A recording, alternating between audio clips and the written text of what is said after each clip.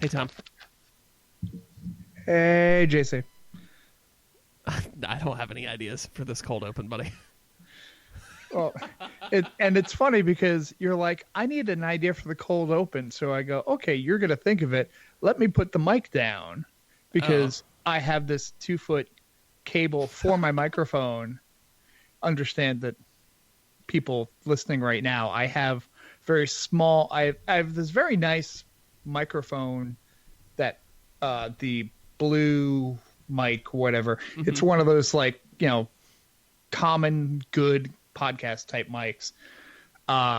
So I have that, and that's great. And the USB cable that hooks up to my computer that came with the mic broke. So I, being a technologically, gifted person, went through my bag o' cables, found another one, but it's very short. It's like 2 foot long, if that. So when I talk, I have to actually take the mic, pick it up, and bring it to me. And then if I need to do something else, I put the mic down. Like when I went to go get a drink, when JC was talking about, I need a cold open idea, I go, let me put down the microphone. I put down the microphone, go to get a drink, get ready to drink it, and hear, hey, Tom. Like, with no warning whatsoever. So silence, scramble, grab microphone. But look at that. We filled the entire cold open. There you go. See, look at that. I'm creating content. You created content. We create content. Who just rambled for like 15 minutes just now without a wrestler having to die? That's true. That's a good point. Speaking of that, Shibata made his... I'm sorry, right, we'll get to that. Boy, we got a lot to cover this week, don't we? We do. Everything happened this weekend. God, this past week. I was thinking of like all the WWE events, and then I forgot, oh God, all of G1 wrapped up. Yeah. G1 nights 17 through 19, SummerSlam, and TakeOver. Fortunately, that was it. Thank God AEW is not completely rolling right now. No. But August, we were just talking about this, August 31st, when we have New Japan TakeOver Cardiff and All Out on the same day. The neckbeards are going to explode for that one. Oh, boy. Dude, when that happens, is it like one hair at a time shoots off like a firework display, or is it just like poof? All the electric scooters just stop at once. There's birds as far as the eye can see. Anyway, that's our show tonight. So that's what we're going to talk about. And I realized I said that's our show tonight like I'm trying to wrap it up, and that's not what we're doing. I put down the mic again. All right. Can you just go ahead and ring the bell so we can do this? Sure thing, JZ. You're listening to the Cheaters Never Pin podcast, a proud part of the Section 328 network, bringing you all the best in wrestling from WWE, New Japan, and beyond. Now, live from ringside, it's Mr. Workrate and JC. Oh, buddy. It's the Cheaters Never Pin podcast. My name is JC. Here next to me at the commentary table to the stars is my good buddy, Mr. Workrate, Tom. Great to be here as always, JC. Isn't it, sir? I didn't hear our opening, so I'm assuming it played, but I know all the reactions that I'm supposed to do. Yeah, you did it perfectly. I just realized I think the cat hit the aux return on the board here for that channel. So you're just always going to blame the cat now. Yeah, it's going to be easier to just... He just looked over at me like, it's not my fault. No, now the cat is plotting. Now you have crossed the cat, and you're screwed. That's all right. As the owner of 4, I can assure you that you're screwed now. Anyway, this is a busy weekend. Busy week, whatever we want to call it, because I guess it bled into Monday. Yeah. Where do we want to start? Do we want to go? Do we want to go chronologically as we usually do? We're just going to hit the high spots here tonight, folks. We cannot, unless we're not. This will not be a 2-hour show. God no. I like sleep. Yeah. My wife will get mad. Yeah. TakeOver Toronto was Saturday night. That's how we kicked things off. What was your standout of the night, Tom? We'll start there. I'd say probably, I don't know. Do I take the safe bet and go with the main event, or I do love me some Velveteen Dream though. So the three-way match was quality. I don't. This was a hard show to pick just one, I think. Yeah. Like, I mean, well, it's a takeover. I mean, unless you're Meltzer and you're like, oh, they did too much in that finale. We overthought it. Was that really? Was the ending of that main event? Was it really like overconstructed? I mean, because I don't think it was. I enjoyed it. These two, we basically had a 3 levels of hell match, right? Is essentially what it ended up being. And so, of course, it's going to end with something crazy like that. Cole retains. Cool. Like, that story is apparently over now. But I thought it was fine. Like, they built, and this is the third fall of the third match in this trilogy. Like, where else do you expect them to go? Right. But I thought it was cool to see they didn't know what to call it, but it was clearly the Ambrose Asylum that descended down. Right. Without a potted plant. It was missing Mitch, wasn't it? Yeah. That would have been great if somebody would have snuck it in there, like the stage, just to see if anyone noticed, which someone would have. It would have been all over the internet. God damn it! What's that plant doing there? But I thought it was really, I enjoyed it. Again, it's Meltzer shitting on things because it's not AEW. Yeah, let's talk about that for a second. That's becoming like a thing, right? It's becoming it's becoming his bit that, like, if it's not New Japan or it's not AEW, like, it's not any good. Well, I mean, that's the thing. In the past, Meltzer kind of like went over. I mean, you basically had one type of wrestling to go over. You had mainstream American wrestling, which was for the most part the same, the territories and things like that. And then you had Japanese wrestling, which was kind of obscure and not really that well known or whatever. And then as time passed, I mean, you could tell that Dave had bias. Not even necessarily a bias, more so than a preference. That's true. Because he is, I will say, he is very open about being like, these are just my opinions. He does say that, and I believe that, right? Like, if you live and die on a Meltzer star rating, like, you've got issues and you need to disconnect from the product for a couple months. It's time to step away. That's what it is. It's if you are a similar fan as he is, and he is, I mean, and he's willing to admit that he is a fan and he's a journalist, but he's also a fan kind of first and foremost. He wouldn't be where he wouldn't be doing what he's doing if he wasn't a fan to begin with. Right. And as a fan, he has a specific preference. He knows what he likes. And there are some American things that he likes, but he is partial to the Japanese product. Mm-hmm. And let's be honest, AEW is not necessarily a Japanese product, but a lot of it kind of stems from Japan in the sense that you're going to have these longer work rate type matches. You're going to have there's a definite New Japan influence to the booking. Yeah, for sure. So it's something that's more geared towards Meltzer. I mean, these are wrestlers in general that Meltzer likes even beforehand. So, mm-hmm. I mean, it's if any promotion that has the Bucks and Kenny Omega in it is going to have Meltzer's ear to begin with. Yeah, you get a half-star bonus for that. Yeah. But yeah, I thought he was wrong on that. But again, that's everyone's opinion. I enjoyed it. It was another really solid takeover. It was great to see Candice finally have like a legit match where she's Candice and not Mrs. Johnny Wrestling. Right.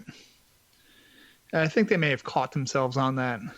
Yeah, I think when you first debut her, that's a great way to introduce her, and I think it worked, right? Now everyone knows who she is. It's Johnny's wife. And now she's carving her own path. And it was good for the Ciampa angle and having, that influence of when you're getting family involved in how Gargano was, kind of devolving, I guess you could say. Right. So you're making it. Yeah. You're making it kind of a shoot, brother. Yeah. It works for that. You don't need her with Cole and Johnny. So, yeah. Yeah, you're 100% right. I didn't even think about it in that context. Like you said, tag match was good. Triple threat was good. It was a good show. Yeah. My one concern here, I think I brought this up after like the last 3 takeovers. What the hell are we doing with Shayna? I mean, I saw the spoilers from the taping, right? So there's new paths emerging, but at the same time, like, I feel like to me the issue has been we've not built a credible enough challenger for her. And it's weird because I think the most building we're doing right now of a female wrestler outside of Shayna Baszler is it Io or is it Io again? Remind me. Io. It's Io. Okay. You got Io Shirai, who I love the way that they're building her. Agreed. But they're building her into what she is now because she got her ass kicked by Shayna Baszler. Right. And then she finally snapped because she didn't have the killer instinct. So she shouldn't get, a shot back again so quickly. No. Well, she's not on. I will tell you this: she's not on that trajectory. Right. Given the tapings too. A new challenger has emerged. A winner is you. Maybe the most believable one yet. I don't want to spoil it here, but I think it's the right choice. Okay. And a fresh face, which is good because I feel like that women's division's really, really stale. Did she reveal herself by tearing off her hair, revealing a different color of hair? No. I don't know why it popped so hard for that. I did too. So I think it was Reddit. So it was like, here's the GIF of Sasha Banks' arrival back, and it was the Sting taking off the Sting mask GIF. Yeah, it's like pretty much. Of note, before we wrap up NXT here, NXT has signed a new class of trainees for the Performance Center. I did see one of the people. Okay, which one did you see? No, I can't think of his name, but the Evolve dude. Yes, the Evolve and WWN Live champion Austin Theory. Yes, that's him. Hell yeah, it's exciting. That kid's so good. He's gonna fit so well into the WWE system. It feels right. The other one from the Mae Young class, these are the two kind of biggest names. There's a bunch of other kind of athletes and whatnot in the class. I think it's 8 or 9 people altogether. But Santana Garrett from the Mae Young Classic, who's had runs in WoW and Impact. I was going to say, that name sounds familiar to me. Yeah. And she's been off and on the NXT circuit, too. I know they've used her in the past for squashes and things. Right. So, good for her. She's very talented. Excited for that. But the Austin Theory one, I'm super stoked for. Yeah, somebody had mentioned something about him being, because he's, 22? Yeah, he's super young. How he's the youngest person to appear ringside of an NXT takeover. Mm-hmm. So. That's correct. And if you need a primer on him, go back and watch the main event of the Evolve Anniversary special that was on the network. That was very good work of his. So I think, I mentioned that, so then I go, well, how old is Matt Riddle? Matt Riddle, first of all, Matt Riddle's 33. Yeah, Riddle's old. Well, you got to think he had all that time in MMA, right? Right. Before they were like, you have to stop smoking pot, Matt. But I guess it's a thing of like, he's a bro, so you expect him to be like 10 years younger than he actually is. Yeah. And then I think of Matt Riddle, and then I think of him at the watch show that they do. Just all over Goldberg. And all I can think of is, I'm not your bro. Oh, that's a good transition into SummerSlam. Yeah. So just to be quick. Yeah, go ahead. I feel that I have to kind of mention this because it's amazing. Passing. Yeah. So I guess at SummerSlam or beforehand, as everybody's kind of like setting up or whatever, Riddle bumps into Goldberg. Oh, I guess he was going to check out his actual dressing room area or something like that. And to preface this, Riddle's been a huge, I don't want to use critic as the term, but I'm going to say critic of Goldberg on Twitter. He's been critical. He has, critical is... Yeah. He's been talking, and a lot of it's been kind of comedic, but he's been there's an air of truth to it too, right? He's talking smack about Bill Goldberg, about William Goldberg. Yeah. And it's it's in character, but it's still kind of a shoot, brother. Right. But so anyway, Matt Riddle apparently bumps into Goldberg, and Goldberg's like, "We gotta talk," and Riddle's like, "Okay," because he's Matt Riddle, and okay, whatever, cool, bro, whatever, bro. And Goldberg's like, "I'm not your bro." He's like, "Okay, bro, not your bro." So it just became. I now know the plot of Bill and Ted 3. It's really Bill and Matt. Yeah, they're going on an adventure. I would pay good money. I would pay $9.99 a month to see that as an episode of Ride Along.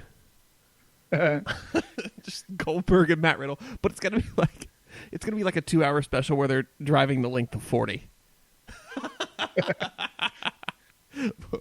working out all their issues. Well, let's start there. I guess we can talk about the Goldberg match, right? Yeah, because I was super excited for it. Oh, yeah. And it was super early in the show. It was the second match on the card Sunday night. I got asked about it on the radio. Hello to anybody who actually listens to that and then transition to the podcast. Hi. Hello. But, yeah, I got asked. They're like, "Oh, what'd you think of that match?" I'm like, if you're a Goldberg fan, you loved that match. Tom, it was perfect. It was so good. It was everything I wanted from it.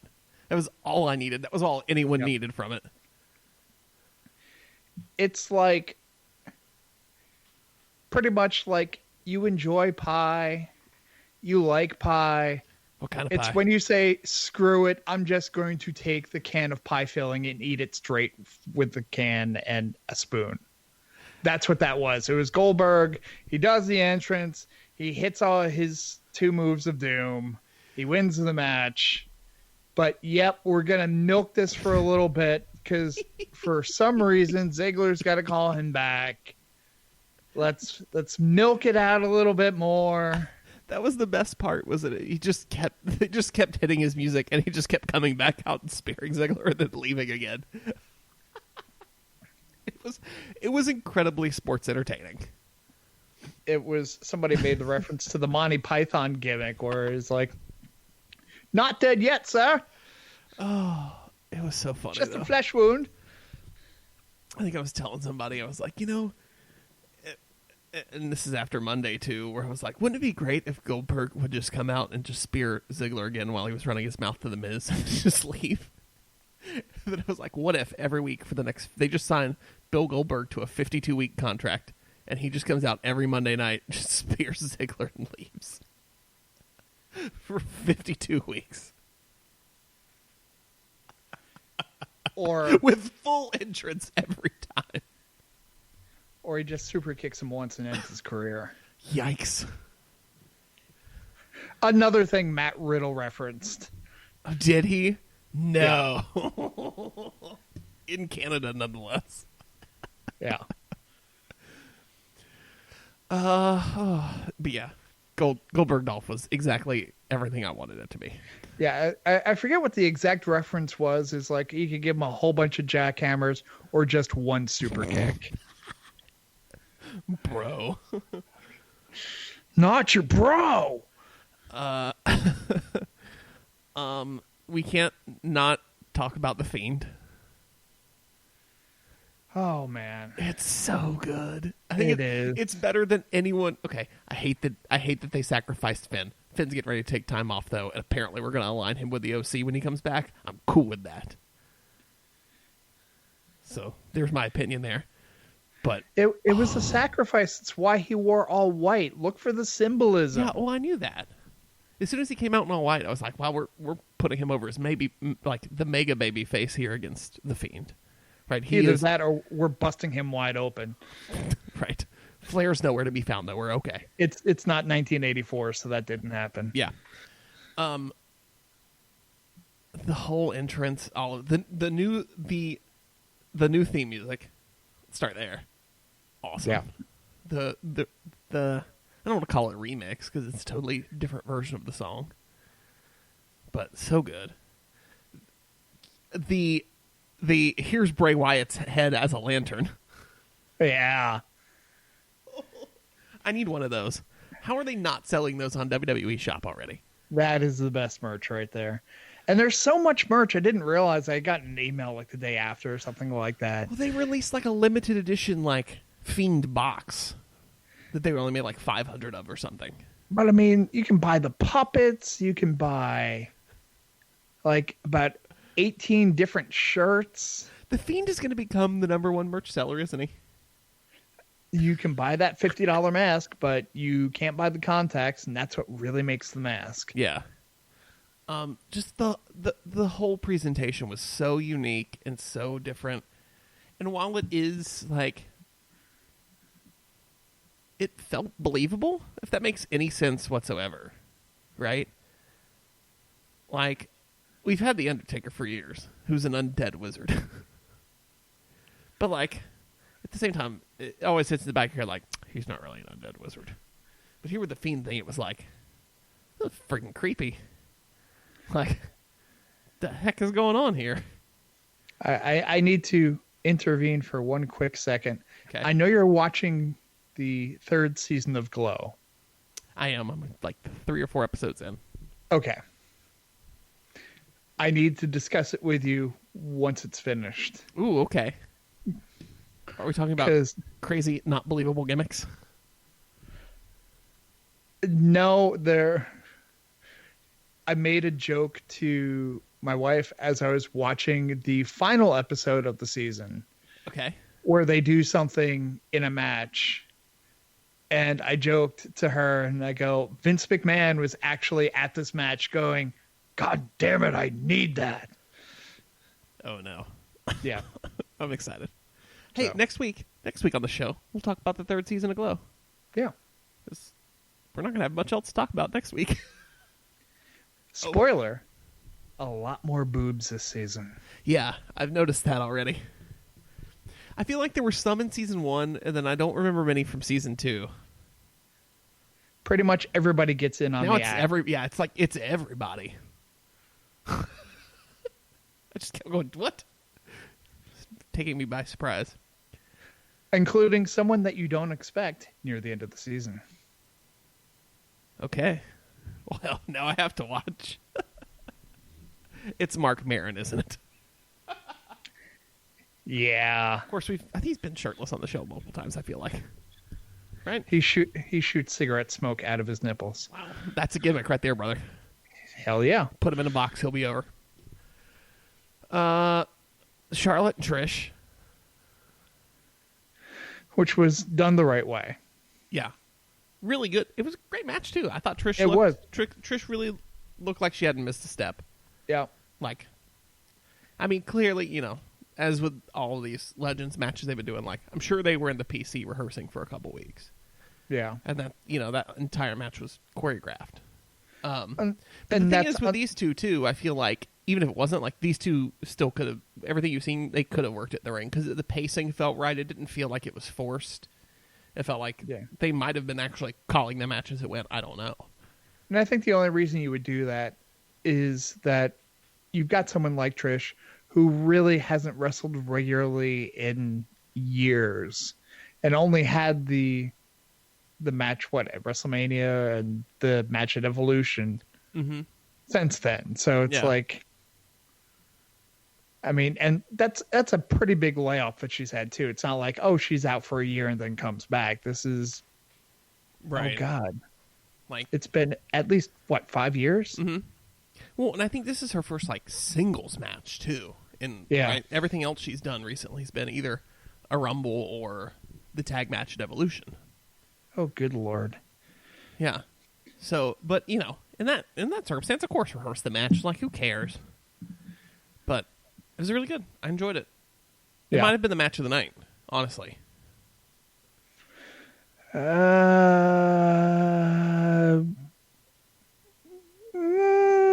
It is. Are you going to give it to the main event? Yep. Okay. You can make a case for either one of them, I think. Let's talk about the main event. Let's talk about Rollins and Lesnar then. It was good. It was real good. That may be my favorite Brock match of all time, in all honesty. And as I mentioned before, I mean, Brock really is an end boss of a video game. Right. Okay. Because he comes in there and it seems like, if you try the direct normal approach, you're going to get killed.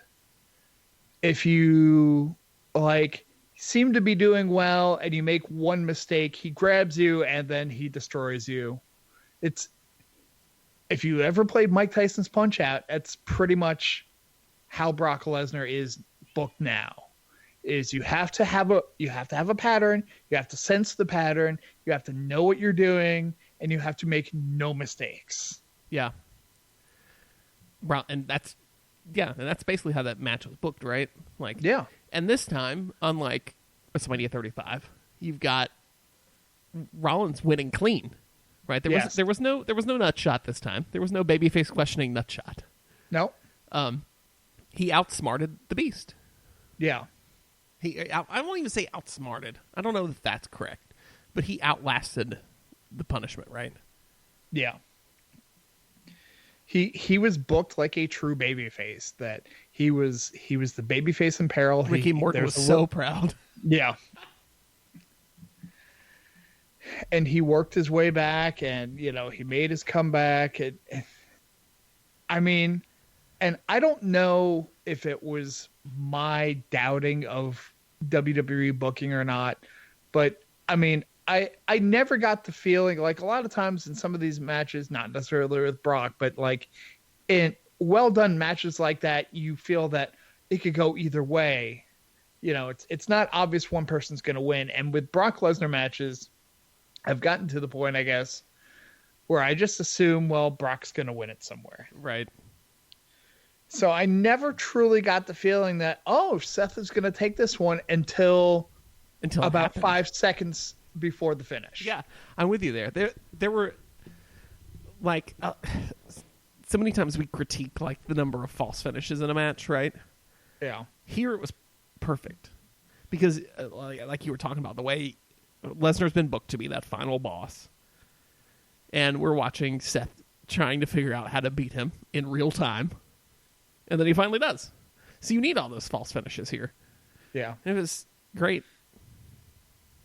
He ate 3 curb stomps. Yeah. Come on. There was almost a little bit of New Japan booking in there, because it was because you had those false finishes. You had the finishing move leading up. You had Brock catching Seth in the F5, and then Seth slipping out of it, and then and we'll eventually transition G1 soon enough, but that's been like the main event formula of these matches in G1 has been finisher, escape, to other finisher, escape, to back to the original finisher, escape, to another. It's just like the last 3 minutes of any G1 match is like wrestling crack. Yeah, because you're getting it, and it's just like yeah. This match had me on the edge of my seat. Yeah, and it was off and on, right? Too, because of course, Seth gets that hot start, and I was like, "Oh shit, this is gonna happen." And then Lesnar takes over, so I like relax a little bit, and then a couple of hope spots had happened, and I'm like back on the. It was, they had me. That was professional wrestling. I was sports entertained, and I was professional wrestling entertained. And there's several wrestlers that I've seen online, guys like Bully Ray and a couple other guys, just like totally turned against like the wrestling community, wrestling fan community, I should say. Like, oh, you guys all hate Brock, but all of a sudden you're watching the main event of this match. You're like, oh, Brock's awesome. Yeah, because Brock has been awesome in the past. My God, has he just been booked like the just generic ruiner? Mm-hmm. I mean, that was Cena for a while. Yeah, that was Roman. Yeah, it was Hogan originally, back in 89 or whatever. Just going all the way back, it's just exactly like you said. It was Roman, it was Brock. It always ends up being somebody like almost too much of a good thing. But like in Brock's case, there was other things that were involved in it. There just didn't seem to be much booking at all with it. It was the directions of the weird shooter intentional blood type thing. Yeah. There was I'm only going to show up every 3 months, but I'm going to keep this belt hostage thing. Nobody was saying, wow, Brock Lesnar is a crappy wrestler. Dude, when he destroyed Cena, a couple of years ago I can't remember what card it was. 2014 or 15 at SummerSlam. SummerSlam, okay. And we just sat there and watched that match and just in awe, and like it was nothing we had seen before, and it was great. Yeah. I think my issues with Brock are twofold. One, and they can't be totally blamed on booking. The first one can, right? Like, he should never be champion if he's going to be that part-time. Right. Let me go back to the thing I know I've said on this podcast 90 times in our almost 100 episodes. The entire goal of pro wrestling in the story is to become the champion. When the champion's not there, what the hell is everybody fighting for? So that's my main issue. That's my biggest issue. Number two, and this is... Brock is a good wrestler when Brock wants to be a good wrestler. If Brock's not into the story or his opponent, he does not try. See WrestleMania 3, whichever it was. The one against Ambrose. Or he just didn't care. Right. Right? Like, when Brock has someone he wants to wrestle, he's fine. Otherwise, he's going to give you garbage. And he knows it doesn't matter because he's a draw. And Vince is going to pay him. Yeah. Which is the worst part, right? Like, he's got the ultimate job security. He can do whatever he wants, and they're not going to ever reprimand him for it. Look at his either of the Mania matches against Roman, right? Neither of those were very good. Because Brock knew what the situation was. Right? And no one Roman's not over. I'm supposed to be the heel here. Everybody wants me to win. Like, none of this makes sense. I don't really care. I'm going to go out here and have a crappy 30-minute match in the main event of WrestleMania. Those are my issues with Brock. But when he puts his mind to it and he has a good match like he did at SummerSlam this past Sunday, it's great. And it was great. I loved it. That's what it should be. That's what pro wrestling should be, was that match. At a championship level, that's what you want. Yeah. Let's see what else. Kevin Owens beat Shane. Shane's still around. Kill me now. That's all I have to say about it. I'm so sick of Shane McMahon on my television. Muay Thai punches. He's a shooter. It's oh God, it's the worst. What else happened? Randy and Kofi ending in a double count out. I get why, because you're extending the feud. 100% understand. I hate a double count out on a pay-per-view event in a championship match.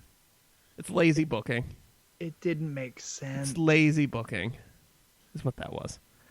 If you're going to do a double count out for a championship on a pay-per-view, that match should not have been booked for the pay-per-view. Yeah. You're looking for an easy way out, and you did it. That is a finish you do on a minor pay-per-view. It's not one you do on SummerSlam. It's one you do on TV. Yeah. I don't even put it on. I don't like anything I'm paying for. Don't do that. I know what you're doing. You're being lazy, and you're extending the feud. You do that when you're telling the story on TV. Bayley and Ember Moon was a waste of time. Yep. Which we knew it would be. I think that's about it. Becky and Natalya was fine. Whatever. It was okay. Yeah, it was a match. Yeah, it wasn't good. It wasn't bad. It was there. AJ and Ricochet was fine. Yeah. Yeah. Oh no, it's AJ and Ricochet. It's not going to be bad. No, it was fine.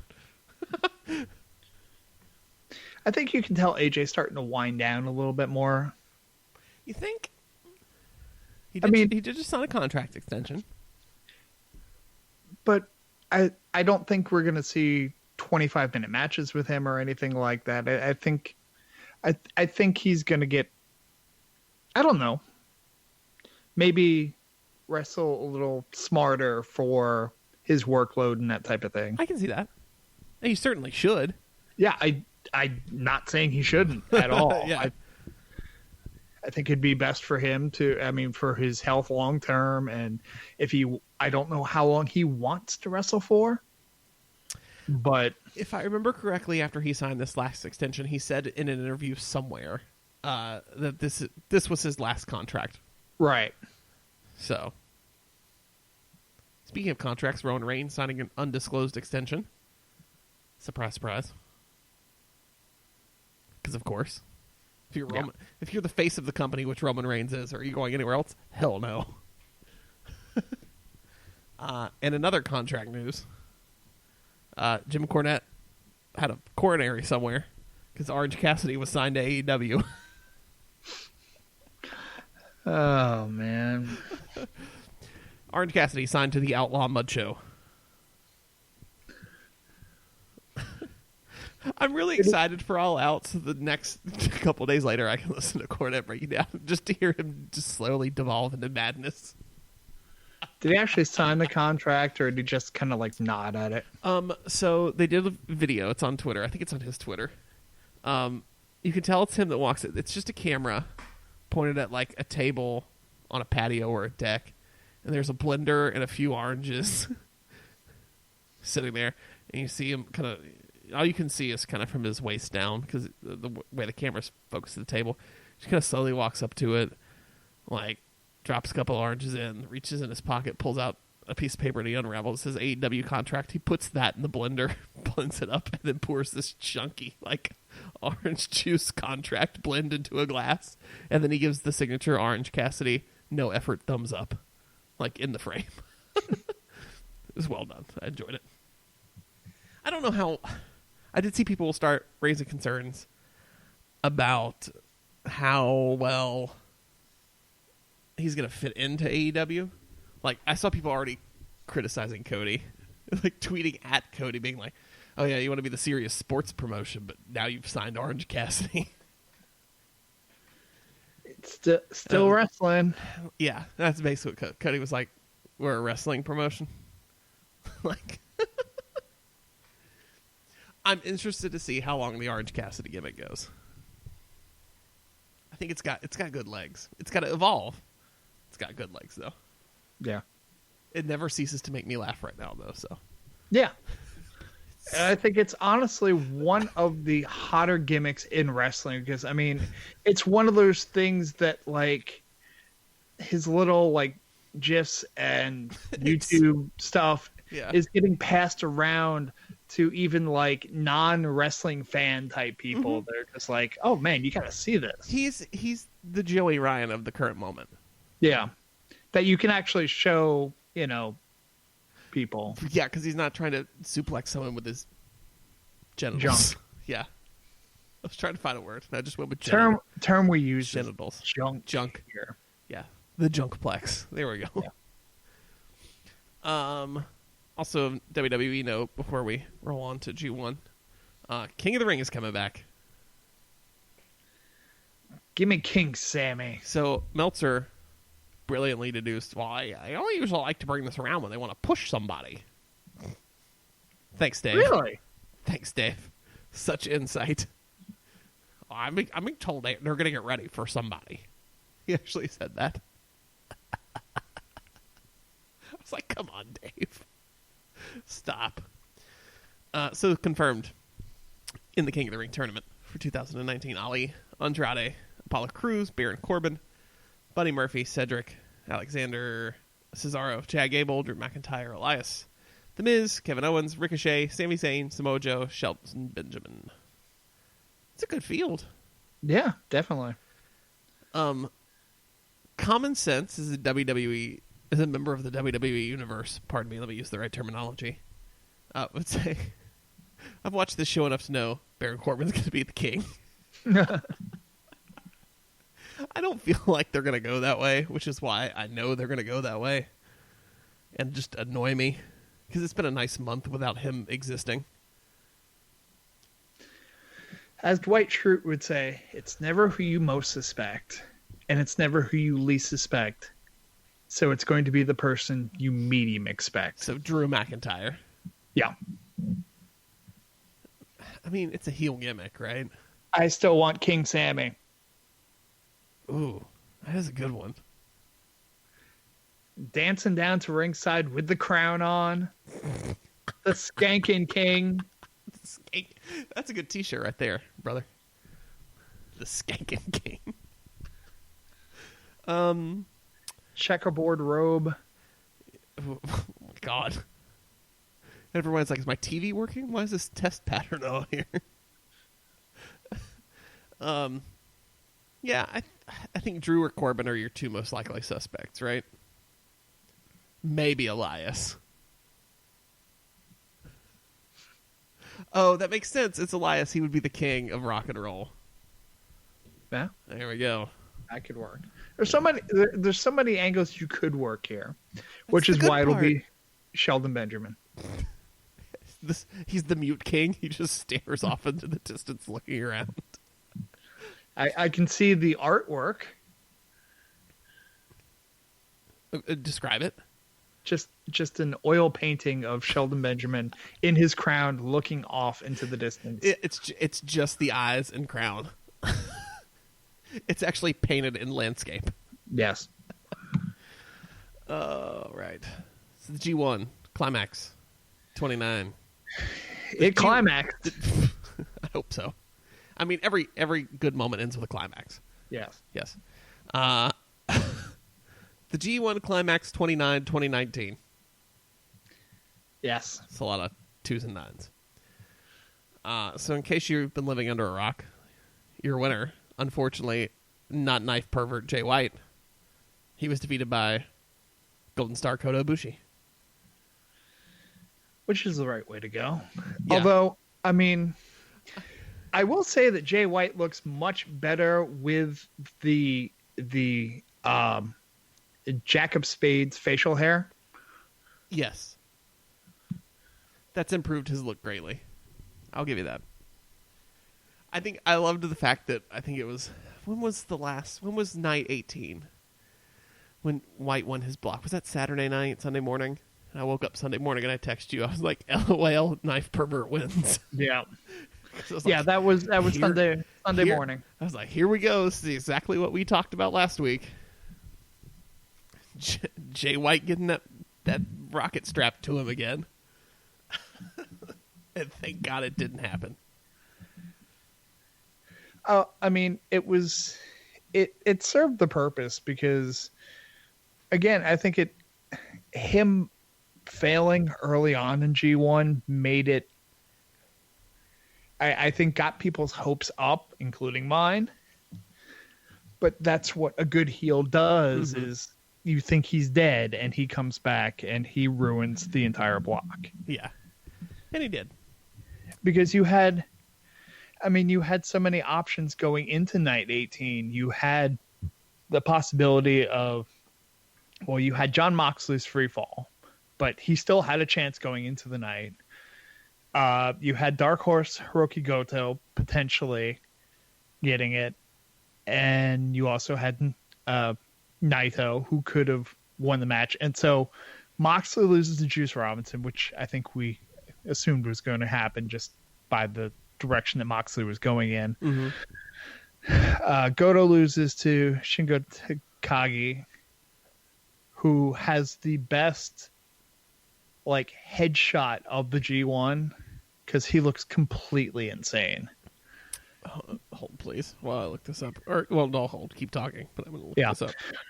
And then, which led you to the main event of the card where Jay White and Naito fought, where the winner of that match would win the V block.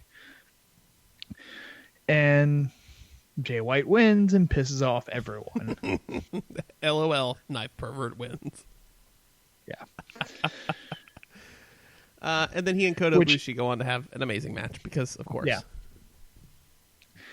Not the only thing that happened on night 19, though. No, that's like the G1 winner, the G1 finale, kind of took second place that night. They really buried the lead on that one. Yeah. So, what was it? Wednesday, Thursday, Tama Tonga starts tweeting about, we've got the newest member of Bullet Club, super athletic guy. It's something like that, I'm paraphrasing. It's like, okay. So, in a tag match, let me pull up who all was in it because I don't remember. It was, Fale, Tama Tonga, and Tagaloa taking on Ishii, Yoshihashi, and Kenta.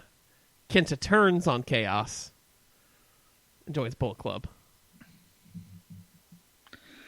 But that's not all. No, that is also burying the lead. That's also burying the lead. Because then, to save his good friend Tomohiro Ishii, out comes Shibata. Who is mad because Shibata was the one who brought Kenta into New Japan. Correct. Yeah. This is the one who introduced him on his debut after his exit from NXT.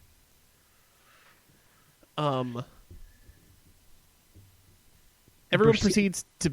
Shibata hits a couple kicks. Then everyone proceeds to beat Shibata up. And I'm cringing the entire time being like, please don't touch his head, please don't touch his head, please don't touch his head, please don't touch his head. I didn't need to see Shibata bleeding from the ears. Yeah. On international television. And then in the ultimate act of disrespect, Kenta does Shibata's classic pose, sitting on top of Shibata as Bullet Club poses around him. Yeah. Yikes. Shibata's attack on Kenta with the drop kick in the corner and the forearm. Oh man, I didn't realize how much I've missed him. Yeah, right. God, I miss him. And it's one of those things he's still never wrestling again. And I'm watching that whole thing, and I'm going, maybe he could wear a helmet or something. He could be New Japan's Eugene. Is that what you're... No. I kind of want to see Shibata pull that gimmick off, though. Have Taguchi give him, the rugby helmet. Oh, yeah, sure. All right. He joined Taguchi Japan and... Solely out of self-preservation, he joins Taguchi Japan because they have helmets. because nothing says fun-loving jokester like Shibata. They lose the helmets one day on a day when he's scheduled to tag with Yano, so Yano just tapes DVDs around his head. Love it. So I had to show my son the 2 Toriano Jon Moxley matches. The first one was a tag match where Yano and I forget which young lion he was with team up to face Moxley and Red Shoes' son, whose name I never remember. Shota Umino. Umino. There we go. Don't ask me why I remember that so well. I just do. So this was Jon Moxley's first experience at Toriano. So of course Toriano comes in with the DVD and everything like that. He's not bringing the curry, at least. He's bringing the DVD. That's good. And Mox is like, I want the DVD. And Toriano, and the best thing about it is Toriano knows English. So you get to hear Toriano negotiate. It's like, you want DVD?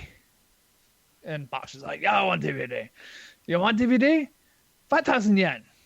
Oh. So then Moxley turns around to Shota Umino and is like, go get me 5,000 yen.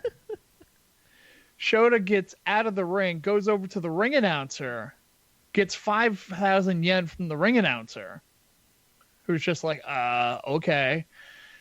So he gives him, and then they exchange, and that's when they go to roll him up real quick. Like, he goes to like walk away with the money, and Moxley goes to roll him up from behind, and then, you know, chaos ensues. The money goes flying everywhere. I have to go find this. Yeah. Need to see that. On New Japan World, they've actually broken down a lot of the matches. Finally, you don't have to watch the entire card. You can just see the match. Yay. That was an issue that they were having in the past, and thankfully, I mean, someday they'll actually improve the whole interface, but... All right. Hey, speaking of improving interfaces, Hidden Gems available again on WWE Network. Yay! Yes. I saw that update today. They are back. They got tired of everyone being pissed off. Like, where's the stuff I used to pay for? Yeah. Good G1, though. I mean, Ibushi Okada in the main event at the Tokyo Dome on January 4th or 5th. Gonna be good. Still interested to see how they structure this as 2 days, right? Me too. Like, are they gonna have like a giant card? Like, is the 5th still replacement? Is the 5th, like, they're both Wrestle Kingdom. Right. So what does that do to New Year Dash? Does day 2 of Wrestle Kingdom kind of become what New Year Dash was, just on a bigger scale? Or are we splitting everything up? Are we having like a giant card where guys that wrestle on the 4th aren't wrestling on the 5th and vice versa? Mm-hmm. Or are we having like it almost on a G1 type of scale where you have like half tag matches, half single matches, and the guys that wrestled big single matches on day 1 fight in the tag matches on day 2, and the guys that did the tag matches on day 1 do the single matches on day 2. I imagine it's that. It's the latter. Because that's just how New Japan does things. Right. And I mean, it's good. I like their booking style just in general. Like, you know, throw away the whole gimmicks and things like that. I just like the way that they structure their cards. Yeah. It makes... you're putting the important stuff at the end where it matters. Like, you're building to that all night. You know, that's how it should be. And you're putting... the factions allow you to put your mid-tier guys and your lower mid-tier guys, I'll say, your curtain jerkers or whatever. It allows them to put them in higher matches and wrestle higher profile opponents and not lose every match. It keeps everyone over too. Everyone. Yeah. Because, I mean, you're getting someone like, I mean, let's jump on Chase Owens for a little bit. Chase, who, like, last year was eating every pin for Bullet Club. Yep. This year, he's getting a little bit of a shine to him now, where they're kind of building him up a little bit, mainly because half of Bullet Club is gone. Mm-hmm. But, that's the thing. It's like guys like him, you're having those later matches and allows him to be in a higher match where he still might eat a pin, or, like Yoshihashi, guys like that if this was a WWE booked type show, he'd either never make the card or he would never get off the first or second match of the night. Right. Yeah. Do you think that's why Bullet Club recruited Kenta? Because they saw his WWE run, and they're like, he's good at taking a pinfall.